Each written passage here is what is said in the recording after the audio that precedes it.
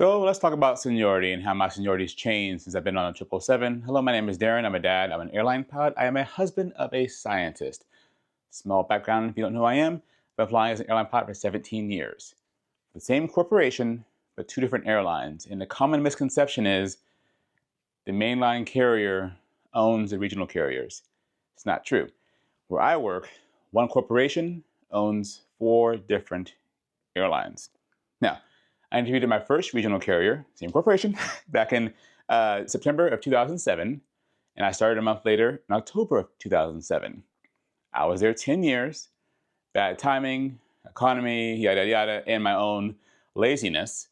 But I interviewed at the mainline carrier in June of 2017, and I started in November of 2017. I had a big delay. There was stuff going on. It is what it is, but that's when I started. So when I left the regional carrier, all I took with me was my years of service to the corporation and my employee number. Now, the years of service come into play just for one factor. If I work for the corporation for 25 years, my wife and I get lifetime non-rev travel benefits when I retire. That's it. All my seniority, my sick time, everything else stayed behind at the regional carrier. Started off here in November 2017 in the bottom of the seniority list. So this is how seniority works. My first day of class here in November 2017, they put all of the new hire pilots, about 40 of us, they put us in a seniority list based on age. The oldest person picked first, the youngest person was last. And the reason this happens is the oldest person has less time in the industry than the youngest person. I think in my class, the oldest person was in their upper 50s. The youngest was 25 years old. They did a great job getting to where they are, and they will probably retire number one. In order to retire number one, you have to be not only the youngest in your class, but also no one else can be younger than you at the airline at the time. Because if you get hired at age 28 and you're the youngest in the class, but somebody who was 23 got hired 10 years, 4 or 5 years ago, well, they'll still be ahead of you before you retire. But I was 40 at the time when I got hired here. I think I was number 25 or so in the class. I got my first pick, Dallas MD-80. Now, my current seniority projection when I retire, because I will not retire number one, is number 979. So I'll be top 1,000. I'll be able to hold wide-body captain anywhere in the system, but I will not be the coveted number one. As far as my current seniority, as I stand here and talk to you, is number 9,049. My current airline, we update our seniority list once a year. It is what it is. Last year, I went up about 800 numbers. I expect this year, I'll go about 800 numbers, meaning 800 pilots above me are retiring. I think I saw a union blast recently. The average age at retirement right now is 64.9 years. Before it was age 65, it was much younger. When it was the age 60 retirement, it was like in a 57 to 58 year old. So people are staying to the end because it's financially viable to stay to the end. The most junior pilot at my company right now is number 16,200. Now, my number again is number 9,049. That is a company-wide. And that number only matters, what I'm thinking of anyway, is if we furlough, right? Otherwise, my number 9,049 doesn't really mean anything, right? It's just a number. That's my number in the whole seniority list. What matters more importantly is where I am in my seat. So my relative seniority is for DFW, 777, First Officer, International. We used to have domestic pilots. We don't have them anymore. We only have international. And it depends on where my number slots in there. So if I say, let's just for example, if I was number 9,049 and I was the number one pilot as an FO on the Airbus, great. But if I go to 777 FO, I could be the bottom pilot. I was for a while. Same thing could happen is if you were the number one captain and then you go to wide-body FO and a senior base, you could be the bottom FO. You never know. I mean, it all depends on where your seniority number is going to fall at. It's a pretty extreme example being the number one captain to the bottom FO. That's pretty unlikely. There are many 777 and 787 first officers that can easily be a line-holding captain on the wide body.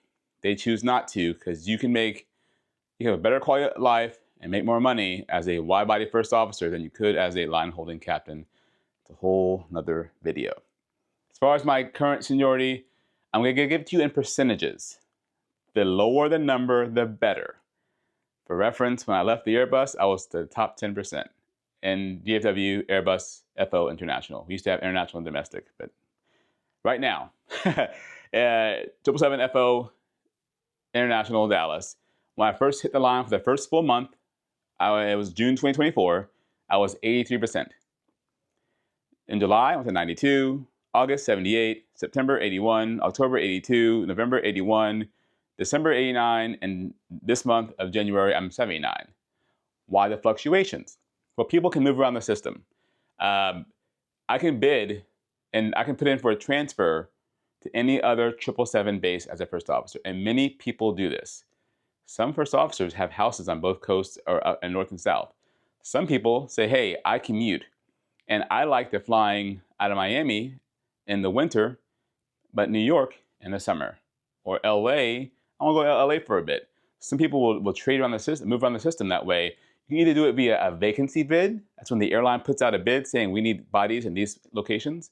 Or through the union called a mutual base exchange, where if Sarah's up in New York, 777 FO, and I'm in Dallas, and she wants to come in Dallas, and I want to go to New York, well, we can swap that way as well. So people move around the system all the time, as well as people becoming inactive for military and sick and other reasons. That's why my seniority fluctuates up and down. But the average number was about 80% seniority since I've been on the airplane. Now, I mentioned vacancy bid. My airline just put out a vacancy bid. Back in December, the results came out recently. And it's good news and bad news for me. So there are 7 senior 777 first officers in Dallas that are leading above me. All 7 of them are actually going to 777 captain. But there's also 15 first officers coming in above me. And they're coming from Airbus captain, 73 captain, and 777 FO and LA. So, and Airbus FO, I believe it. So anyway, there's 15 people coming in above me who are senior to me. So that's a net loss for me, right? Because there's 7 leaving, but 15 coming in. There's a little bit of good news in that there's 20 first officers on the 777 coming in below me. So I think when it all shakes out, I'll probably be about the same, around 80% seniority. Now, most of the time, 80% seniority would mean reserve, right? But because some senior first officers want to bid reserve for whatever reason, I held a line this month. Why would somebody want to bid reserve as a senior first officer? Well, let's say you're somewhat senior, but not super senior, and you need certain days off for the month. You can tell the system, I want to be a line holder and have off these days. But if I can't have those days off as a line holder, I want them off as reserve. That's one example of why someone would want to bid reserve. Or you bid reserve because you want to play the game and not fly very much. There's lots of reasons why people do it. But I'm okay where I am. And people are going to ask, well, Darren, where would you be if you were an Airbus captain in Dallas? Great question, Darren. I'd be 83% seniority. And I looked on the schedule list, and that is an absolute reserve pilot. Personally, I'd rather be 80% on the wide-body first officer for me in my situation than as a narrow-body captain on the Airbus. I'm doing right now on the 777, I'm doing 3-day trips. Our average trip length is 3 days.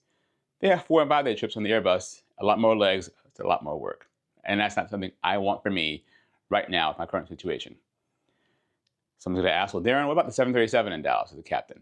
Great question, Darren. Darren has asked a lot of questions. If I was an Airbus, so if I was a 73 captain in Dallas, I'd be at 67%. That's a line holding captain on the 737. I looked, and the pilot that's one junior to me on the 737 as a captain is holding 3 4-day trips and 1 3-day trips, working all weekends, multiple legs per day. That is not for me for many reasons. Most importantly, I have zero desire to fly a 737. I've been in the flight deck enough as a jump seater to know that's nowhere where I want to spend 5, 6, 7 hours a day. It's very cramped, you can't stand up, it's loud, and it's antiquated. No thank you. If it's for you, you can do it. It's not for me. Life's about choices, right? As far as my seniority, in Dallas in the entire base, I am number 665, right? Out of about 2,000 first officers in Dallas, roughly. So I'm in the upper, you know, third or so of the senior Dallas first officers, anyway. As far as 777 first officers system wide, the most junior pilots are around number 11,000. So it's somewhat senior. The most junior pilot in the company is around 16,200. So you can't hold wide body right away like you can at some other airlines. And in my personal opinion, if an airline is giving new hires the wide body, that means it's not a desirable position to be in, because the wide body pays more money than the narrow body. Generally speaking, new hires at airlines get leftovers, which is normal, and the lowest paying aircraft, which is normally the narrow body. So if a airline is saying, here's a wide body, that means no other pilot on property wants to do that job. So you're doing it as a new hire. Just saying. Now, one thing I do is I compare quality of life with my paycheck, because paycheck doesn't involve my quality of life, right? Since I've been on the aircraft, I have averaged just under 100 hours a month paid. I do not fly 100 hours a month, and my pay is very complicated. I made a video about that recently. But I've averaged about 100 hours a month paid per month. That equals about 30 grand a month, right? If I were, and that's with my current situation, right? And that's with my current pay rate as of January 1st of this year. My pay rate changed lots of time last year. But what if I just compare the narrow body captain reserve pay rate to a wide body FO reserve pay rate? The difference is about $4,500 per month, with the advantage being to the narrow body captain. So you could say, well, Darren, you're losing money by being a wide body first officer. And that could be true if I were just the bid reserve and do nothing else. Again, I made a video about recently how I can work the system to work an extra day or two per month to make more money and still have a good quality of life. That difference between a narrow body captain and wide body first officer is about 15 hours of pay. With the current system we have and my current contract rules, even if I'm on reserve, I could work 1 day extra a month and make up that 15-hour difference. So I would be in parity with a narrow body captain, even though I'm a wide body first officer. By working just 1 day a month, it might be 3 days a month. It depends on how I can pick up the extra trip. But I would have to work more to be in parity with the narrow body captain. It's not all about money, but someone's going to ask, what's the difference in pay, right? And it's about $4,500 per month. The average, getting a 3-day trip to London, my favorite city, pays about 19 hours, right? So if I were to just be on reserve, this airline, I get 12 days off a month on reserve. So if I worked 3 extra days, I can make up the difference. I don't often have to do that because I can always, the way we work here, I could pick up a 3-day trip that was connected to a reserve day and work 1 extra day and get the money that way. But anyways, I'm okay where I am. I don't think I'm going to bid off the 777 until I can see myself on the Airbus captain list holding 3-day trips every month. I can see over the fence, so to speak, what people are holding at my seniority in any status. And when I see people around my status consistently holding 3-day trips, I'll probably then put a bid in for Airbus captain. But that is a quick update in my seniority. My name is Darren. I'm a dad. I'm an airline pilot. I'm a husband of a scientist. If you wouldn't mind, can you click the button for subscribe? Like, comment, share my socials. Have a great day. And as always, thank you for stopping by.